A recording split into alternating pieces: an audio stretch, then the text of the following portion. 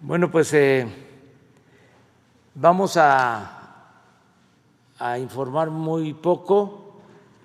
Vamos a dedicar esta conferencia, este diálogo circular, en una sesión amplia de preguntas y respuestas. Nada más estamos muy satisfechos porque se logró un acuerdo para reestructurar la deuda de Argentina. Esto es una buena noticia porque estaban buscando una negociación con el Fondo Monetario Internacional, también con los financieros, los poseedores de bonos. Como ustedes saben, el gobierno anterior de Argentina contrató mucha deuda, dejó la situación financiera de Argentina en condiciones lamentables por el volumen de deuda, por los compromisos de pago en muy corto tiempo. El nuevo presidente, Alberto Fernández, inició un proceso de negociación para no declarar la suspensión de pagos. Si se hubiese llegado a eso, a lo mejor se iba a generar inestabilidad en los mercados financieros internacionales y se buscó en todo momento un acuerdo, se dialogó y parece que fue favorable para Argentina, porque se ampliaron los plazos, hubieron quitas al monto de deuda y lo celebramos, de que no se haya optado por la suspensión del pago de la deuda. Esto es estabilidad, esto da mucha tranquilidad en los mercados, en lo financiero. Ayer me hicieron llegar este video, es el presidente de Argentina, a ver si lo ponemos. Quiero darle las gracias al Papa Francisco, que estuvo siempre, todo este tiempo, a nuestro lado, ayudándonos silenciosamente. Quiero darle las gracias a Andrés Manuel López Obrador, que cuando lo necesité estuvo a mi lado ayudándome. Quiero darle las gracias al primer ministro Conte de Italia, al presidente de España, Pedro Sánchez, al presidente de Francia, Macron, a la canciller Merkel, porque todos ellos estuvieron a nuestro lado cuando lo necesitamos en la negociación de esta deuda. Bueno, pues ahora sí, abrimos. ¿Les parece? Hombre, mujer, mujer, hombre. Empezamos contigo.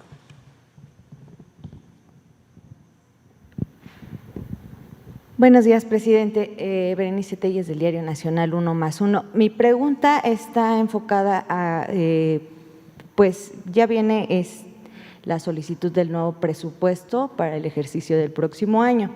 Y hay, al parecer, en la Secretaría de Comunicaciones y Transportes, pues una falta de eficiencia en el ejercicio de los recursos. Quisiera que nos pudiera aclarar un poco en qué consiste y qué va a suceder con estos recursos que no fueron ejercidos.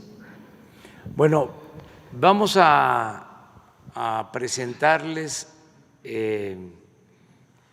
la propuesta de presupuesto que se va a entregar al Congreso. Va a estar aquí el secretario de Hacienda el día 9. Se entrega el 8 el proyecto de presupuesto para que se analice, se discuta y en su caso se apruebe en la Cámara de Diputados, porque esa es la facultad de la Cámara de Diputados. En este caso es una facultad exclusiva de la Cámara de Diputados, no corresponde a la Cámara de Senadores. Entonces, se va a enviar el día 8, como lo establece la ley, y el 9, que es, ¿qué día? Miércoles, va a estar aquí el secretario de Hacienda. También vamos a informar sobre el avance en el ejercicio del presupuesto de este año.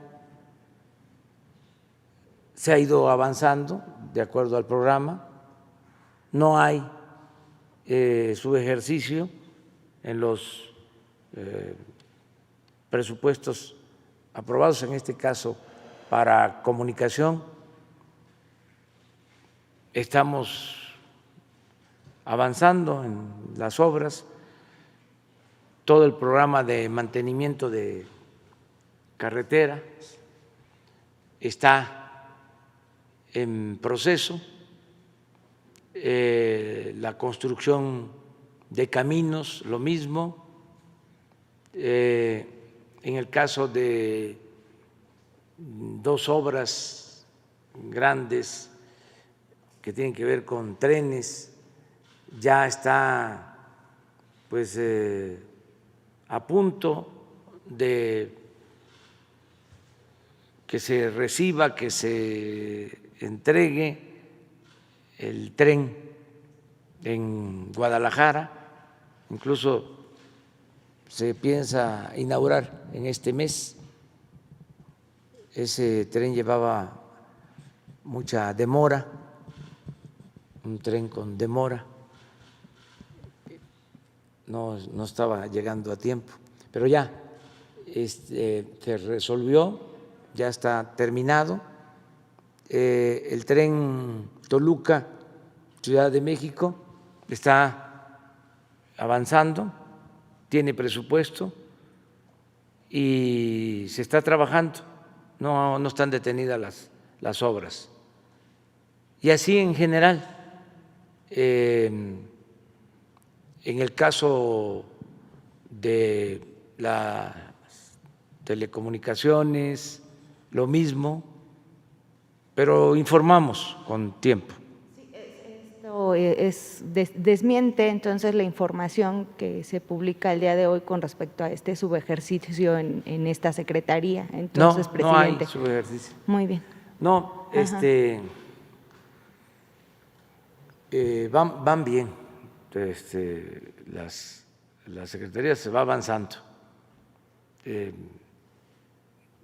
No hay subejercicio. Gracias. En general. Gracias.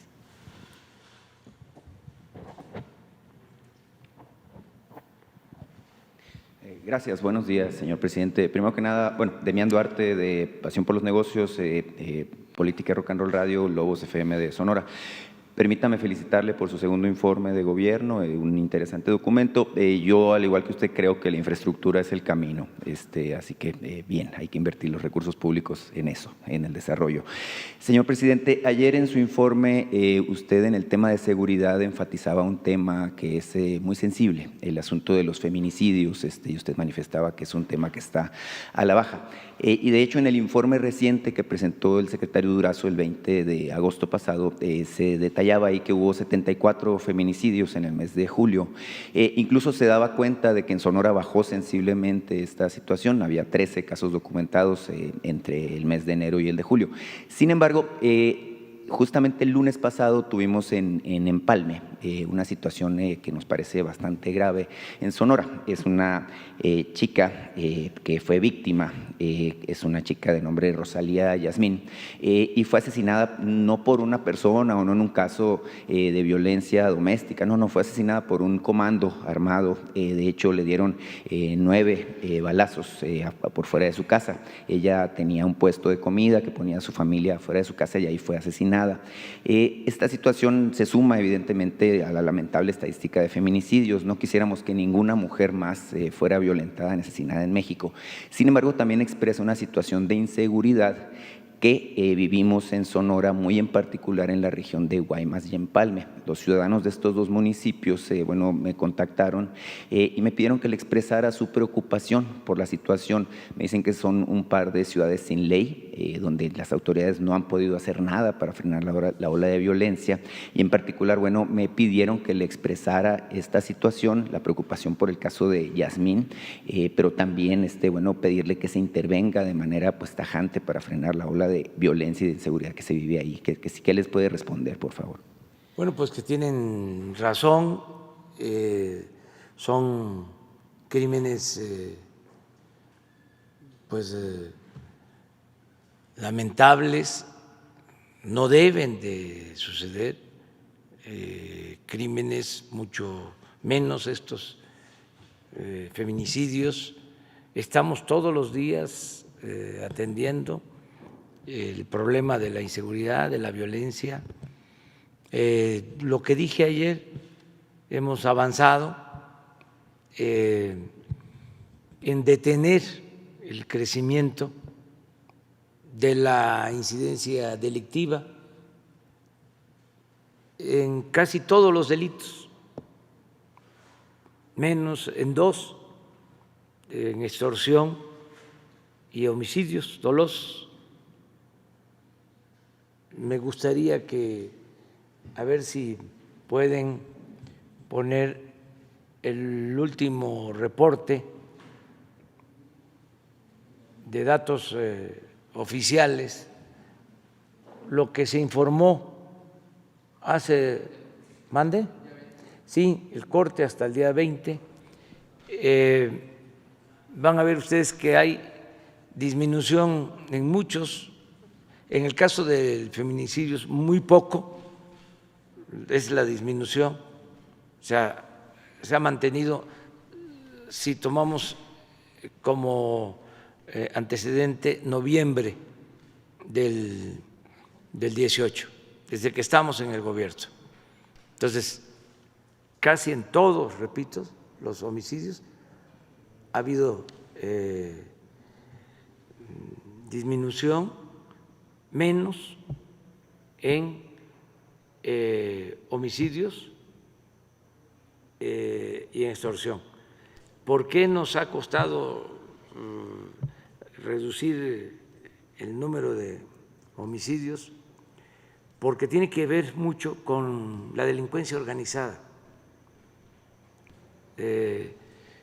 y constantemente hay confrontación, enfrentamientos entre grupos,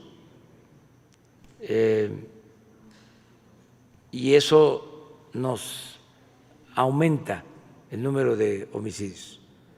Hay un porcentaje de todos los homicidios del país, del orden del 75% de los homicidios, tienen que ver con el crimen organizado. Y no es justificación, Sí, esto es homicidio, no es justificación de ningún tipo, pero quedaron bandas, nos heredaron grupos con estructuras, como el caso de Guanajuato, donde se dejó que un grupo dominara por mucho tiempo, se produjo en los últimos tiempos mucha violencia, mucho enfrentamiento.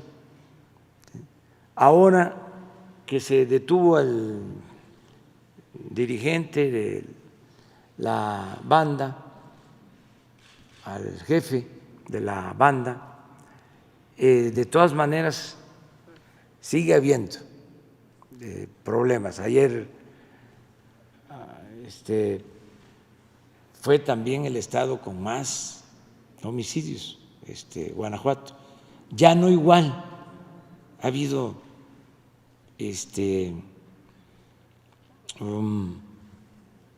una disminución, pero sigue habiendo, que tiene que ver con el enfrentamiento de bandas. Ahí fue muy lamentable que asesinaron al vocero de la Fiscalía del Estado de Guanajuato, y ahí tenemos problemas, pero y lo de extorsión va acompañado, es parte de lo mismo. Yo espero que se vayan quedando aislados, solos, porque estamos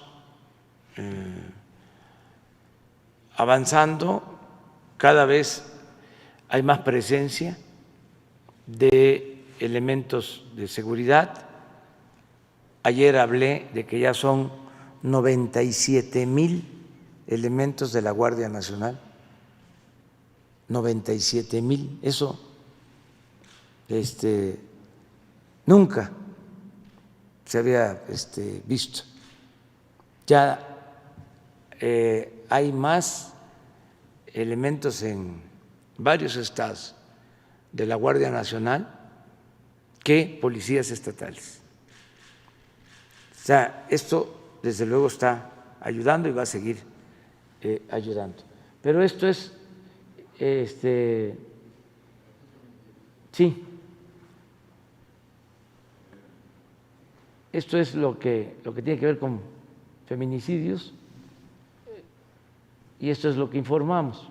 Muy poquito la disminución, sigue habiendo desde luego, y vamos a seguir insistiendo. También a ver si hay un cuadro sobre los delitos en total, en general. Una gráfica para verlos todos. Robo a casa, habitación, robo a transeúnte, robo de vehículo, secuestro, o sea, y van a ver que sí hay una disminución, en general del 30%, en promedio, y no hemos podido disminuir más feminicidio. Sí, aquí están. Homicidio doloso, este es de un mes a otro, ¿no? Sí, no es así, es en el año.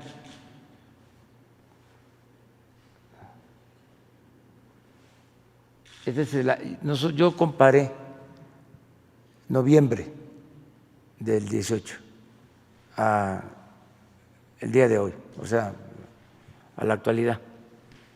Pero esto es lo que nos está pasando.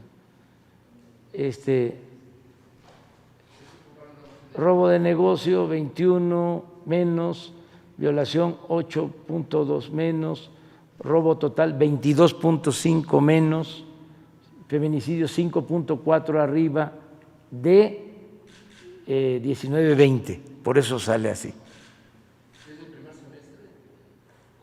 Con el primer semestre del… Sí.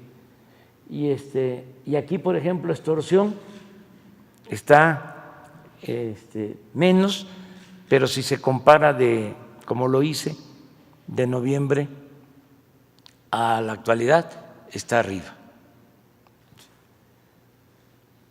Secuestro, 40% menos. Entonces, pero tenemos que seguir adelante. Tengo confianza de que vamos a serenar al país, se va a disminuir la incidencia delictiva, porque ya no hay contubernio, no hay asociación delictuosa entre la delincuencia organizada y las autoridades. Está bien pintada la raya. Entonces, no hay ventas de plaza, no hay acuerdos, mucho menos lo que pasaba y que se está ventilando con el caso de García Luna. Eso ya no existe. Entonces, creo que vamos a avanzar hacia adelante. En el caso de esta muchacha que le comento que fue asesinada, bueno, ella había denunciado incluso pues, a través de redes sociales, tengo entendido ante la autoridad, bueno, que 2 semanas antes la habían golpeado y le había robado un celular, al parecer la persona que está implicada en su asesinato. Entonces, hay una sensación de zozobra entre los ciudadanos de estos 2 municipios en particular, Guaymas y Empalme, que se suma al hecho de que se supone o se asume que el comandante, que además es un asignado militar a Guaymas, pues hubo un audio que circuló de que pudiera estar en contubernio con grupos del crimen organizado ahí en esa región. En particular, bueno, la pregunta ahí sobre el tema muy particular es si se pensaría en reforzar la estrategia para esa zona. Seguro se está haciendo, se está haciendo.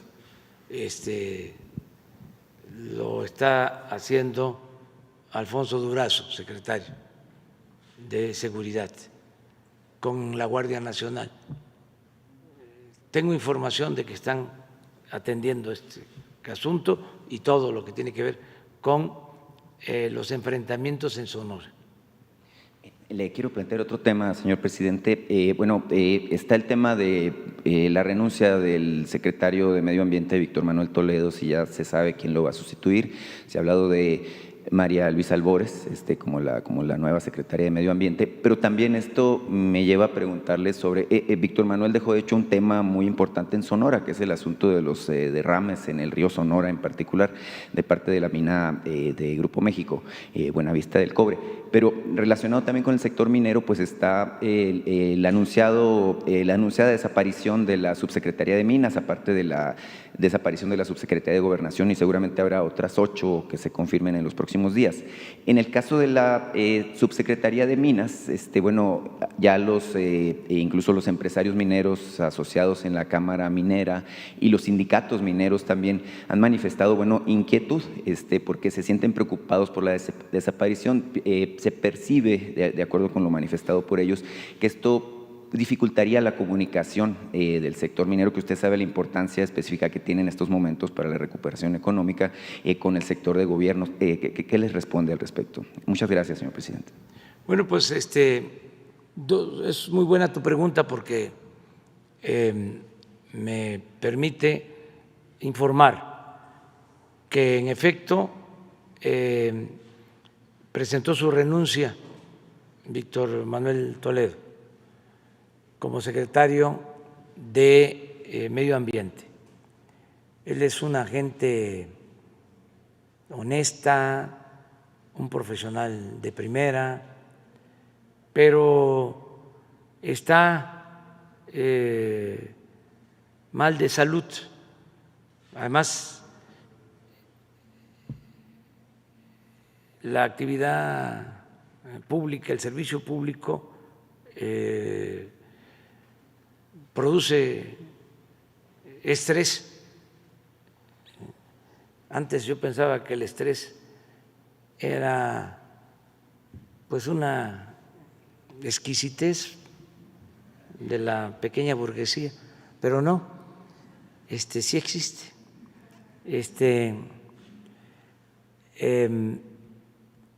Y no todos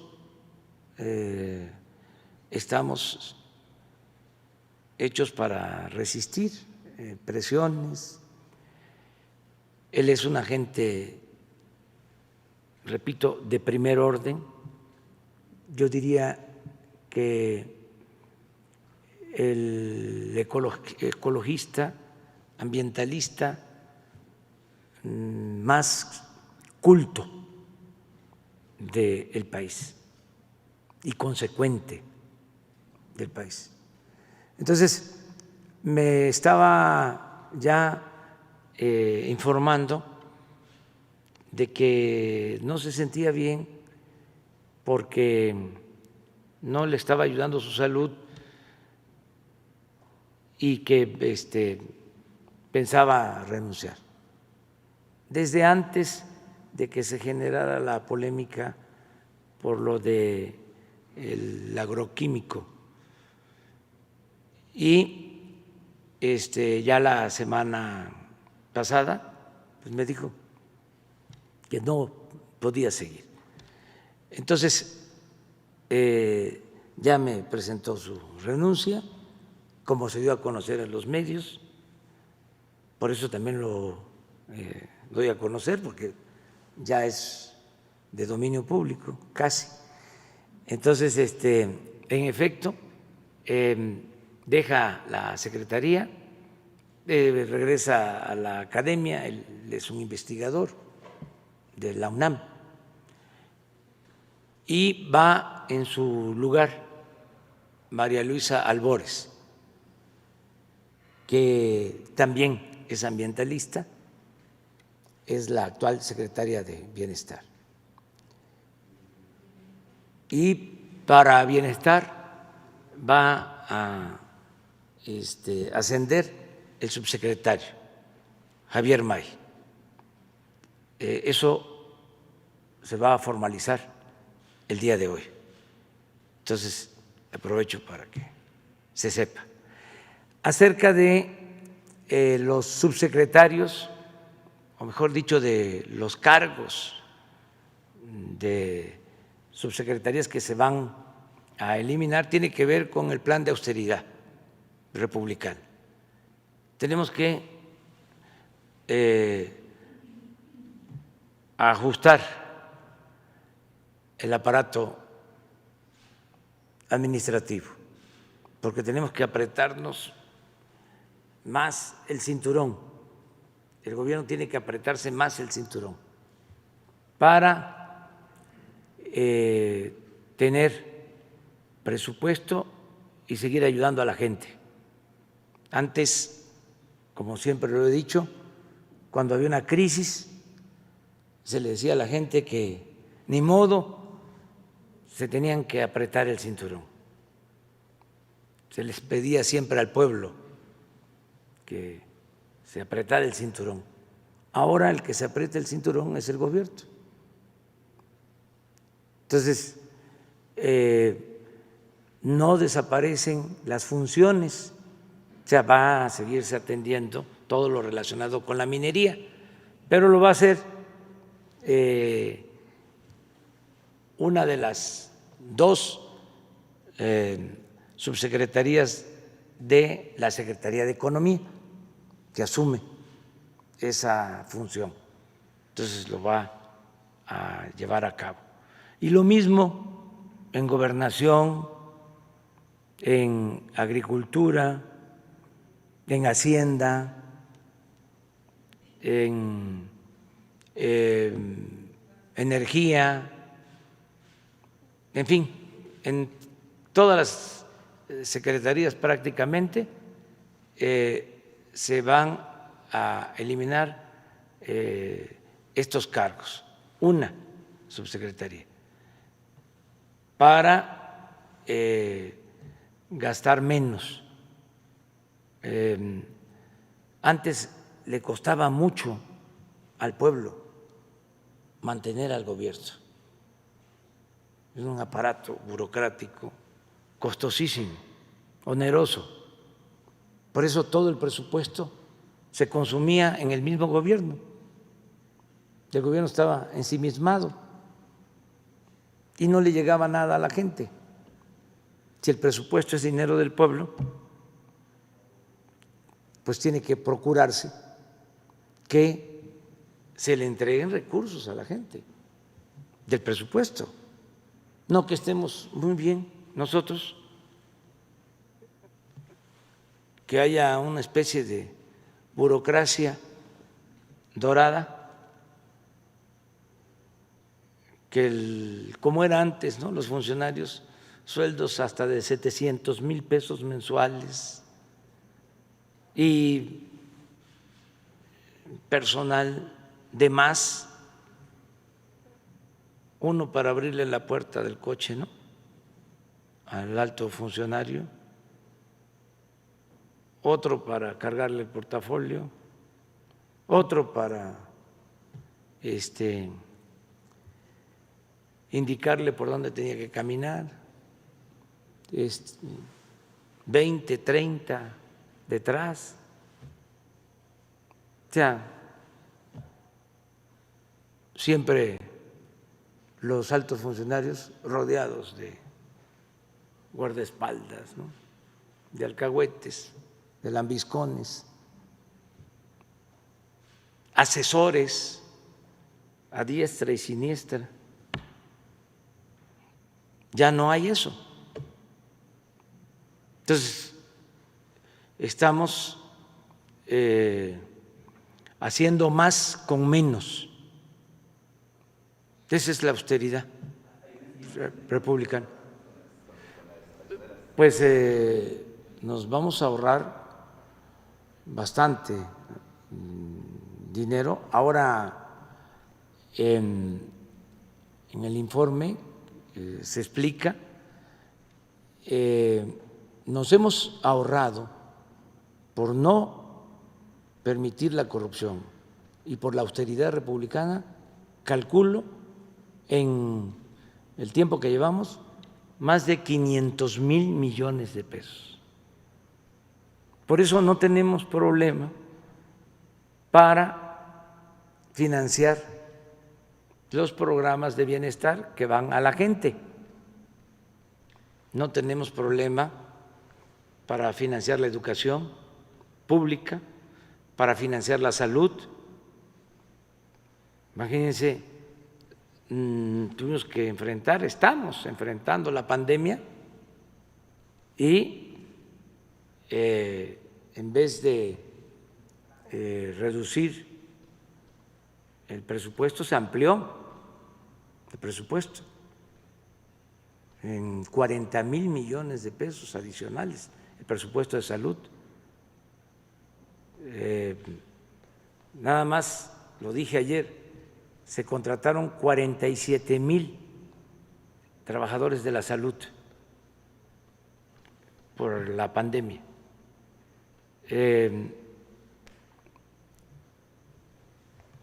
Rehabilitamos y terminamos hospitales que habían quedado en el abandono y no se cobran las pruebas, no se cobra la atención médica. Todos los que han necesitado atención por padecer de COVID han sido atendidos de manera gratuita. Todo esto por el manejo austero del presupuesto. Si le hubiésemos seguido con el tren de gasto que se llevaba antes, pues no hubiésemos tenido presupuesto, o no se hubiese contado con presupuesto, o se hubiese tenido que pedir crédito, ¿sí?, seguir endeudando al país, y eso no lo hemos hecho. Entonces, por eso la austeridad, pero sí es bastante lo que hemos ahorrado y vamos a seguir así, porque la austeridad no es un asunto administrativo, es un asunto de principios. No puede ser que el presupuesto, que es de todos, lo disfruten solo una minoría y que el pueblo no reciba nada o reciba muy poco. Entonces estamos procurando una distribución equitativa, justa del presupuesto.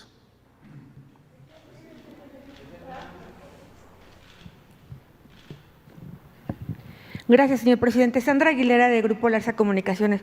Presidente, antes que nada quiero darle las gracias porque después de haber hecho la denuncia del robo de insumos en el Hospital del Iste de Cancún por el director general, bueno, se hicieron las investigaciones y ya no se encuentra laborando él. Le quería dar las gracias. Ahorita la subdirectora administrativa está siendo investigada. Nada más que aquí haya un rumor, presidente, porque dicen que el doctor Pedro Centeno Santaella será supuestamente el próximo director de la empresa que usted hizo de distribución de medicamentos. El doctor Pedro Centeno también tiene denuncias en la función pública por cubrir a estas administradoras. Ellas están en diferentes clínicas del Iste, no se conocen entre sí. Sin embargo, han denunciado lo mismo, que son protegidas por el doctor Centeno. Quisiera preguntarle al respecto si es cierto este rumor que corre acerca de que va a hacer en lugar de David. Sí, él va a ser el encargado de la empresa distribuidora, el doctor Pedro Centeno. Y la pregunta es si están en investigación acerca de todas estas denuncias que se han hecho. No sabía, pero nos tiene que informar la Secretaría de la Función Pública. Perfecto, sí, porque están Conozco preocupados. a Pedro Centeno desde hace muchos años, es un profesional, luchador social, y no creo que él esté involucrado en actos de corrupción, pero de todas maneras vamos a pedir información a la Secretaría de la Función Pública.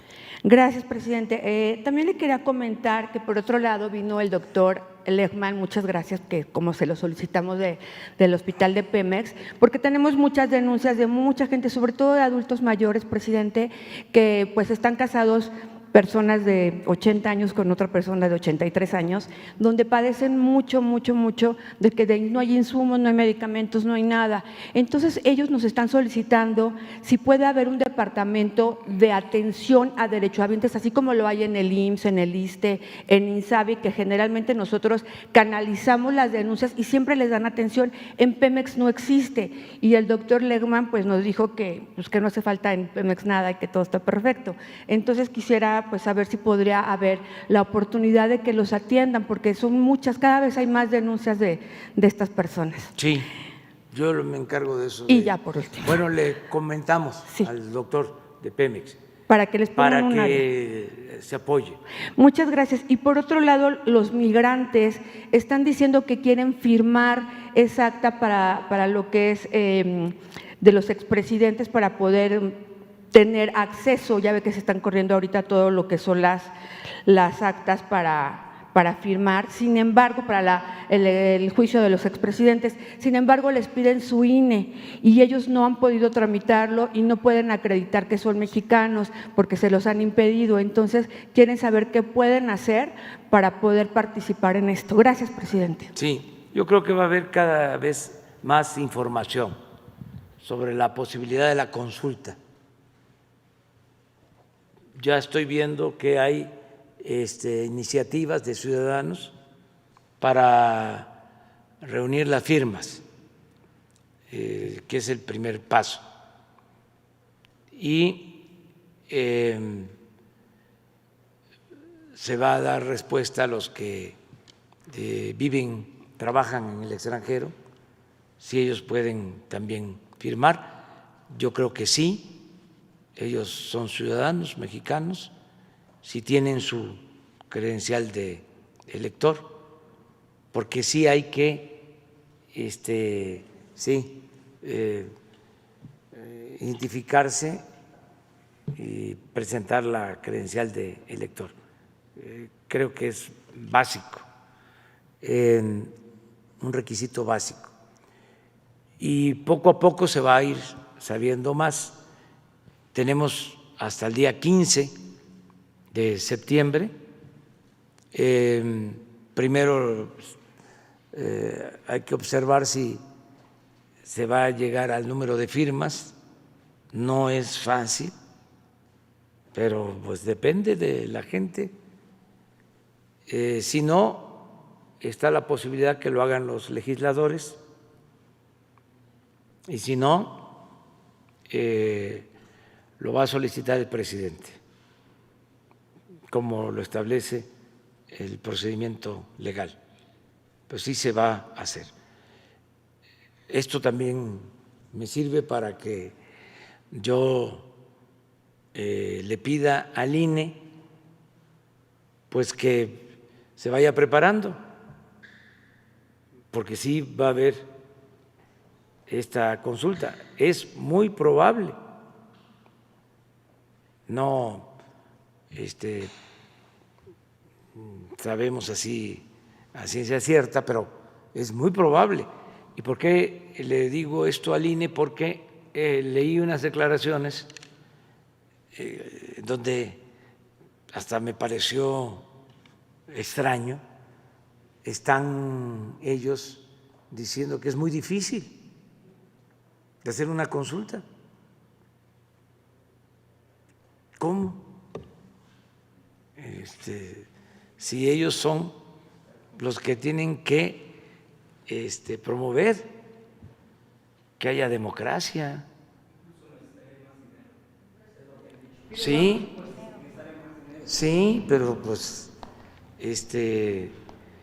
que también se ajusten, ¿no?, el cinturón y que hagan más con menos, que ahorren, pero no puede ser que sea por dinero, pues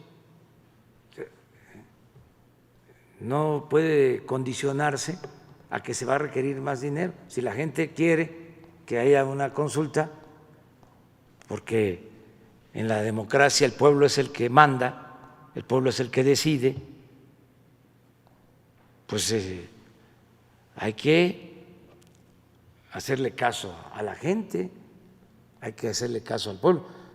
Y si no les gusta a ellos, porque no estén de acuerdo, por alguna razón, pues no son los indicados para opinar sobre eso. Si son los jueces, si es el árbitro.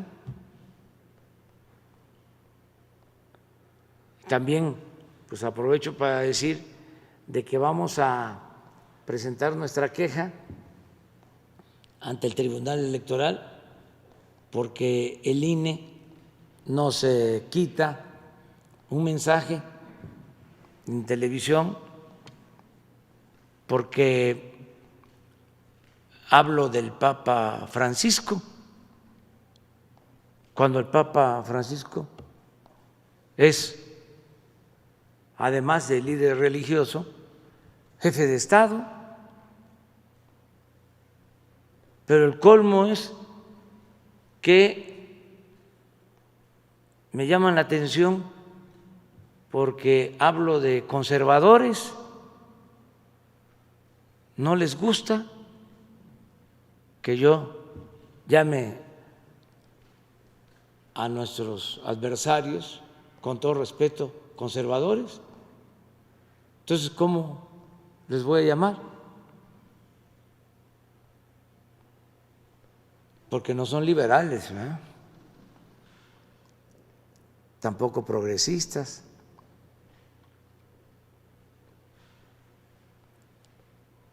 Entonces vamos a ver esto porque están queriendo pues censurarnos, y la libertad. No nos podemos quedar callados y Aquí está prohibido prohibir.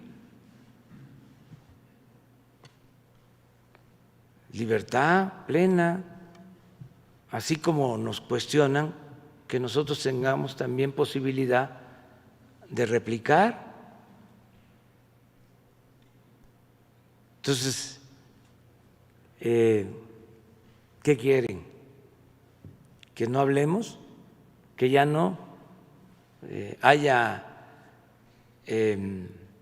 estas conferencias? ¿Que no se garantice el derecho a la información? Entonces vamos a hacer caso. Ya se tomó la decisión de bajar el mensaje para obedecer, pero bajo protesta y presentando a la instancia superior nuestra queja, que sería el tribunal.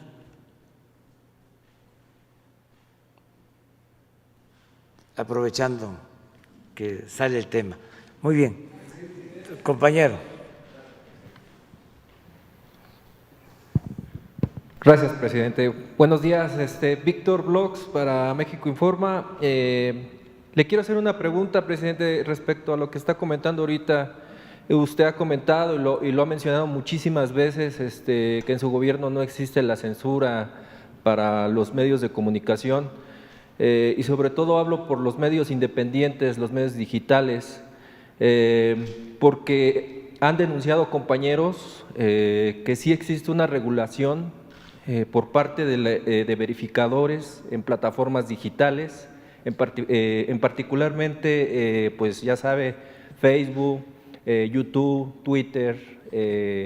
La situación es de que estos verificadores que revisan el contenido clasifican el contenido como falso o engañoso, cuando usted también lo ha comentado aquí en sus conferencias, presidente, periodistas, columnistas reconocidos también han creado o publicado información falsa en ese sentido. Entonces, la pregunta sería, ¿quién verifica al verificador?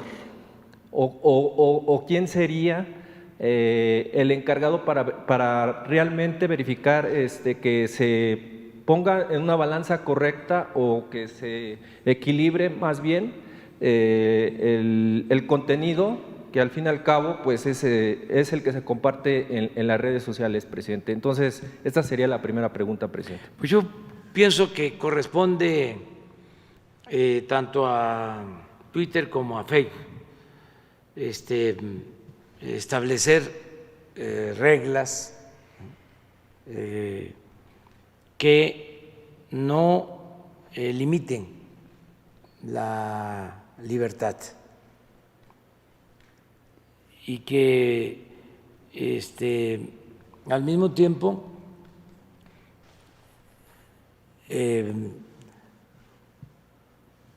se transparente quiénes son los que promueven ciertos programas o campañas en las redes y cuánto pagan. O sea, que se transparente el manejo del dinero, pero que no haya censura. Hay que seguir hablando de este tema porque no es Twitter, considero, mundial, o sea, no es la empresa global, sino que en cada país tienen sus gerentes y hay que ver quiénes son, qué hacen, a qué partidos están vinculados. Son libres para tener simpatías, pero al mismo tiempo no pueden utilizar esos instrumentos para sesgar o distorsionar la información o utilizar esas redes para atacar a quienes consideran opositores o adversarios. Sí, vamos ahora a buscar que se concrete, que vengan, que informen, porque sí hay muchos bots y la pregunta es, ¿quién paga? ¿Quién es el que está financiando? Es un poco lo de las llamadas organizaciones no gubernamentales. Esta asociación, ¿cómo se llama? Mexicanos en pro de la corrupción, que se enojan mucho porque dimos a conocer que tienen financiamiento hasta del extranjero para atacarnos, y ellos se sitúan, se colocan como paladines de la transparencia. No siempre son los que están dando a conocer denuncias en contra nuestra y promueven amparos. Y bueno, si tienen financiamiento de empresas, de asociaciones extranjeras, fundaciones, pues vamos a saber quién es quién en la promoción, transparencia. No es limitar la libertad, no, sino saber si es inserción pagada. ¿Se acuerdan cómo era antes en los periódicos? Se publicaba una página y se le ponía inserción pagada para que el lector supiera de que se pagaba. Hay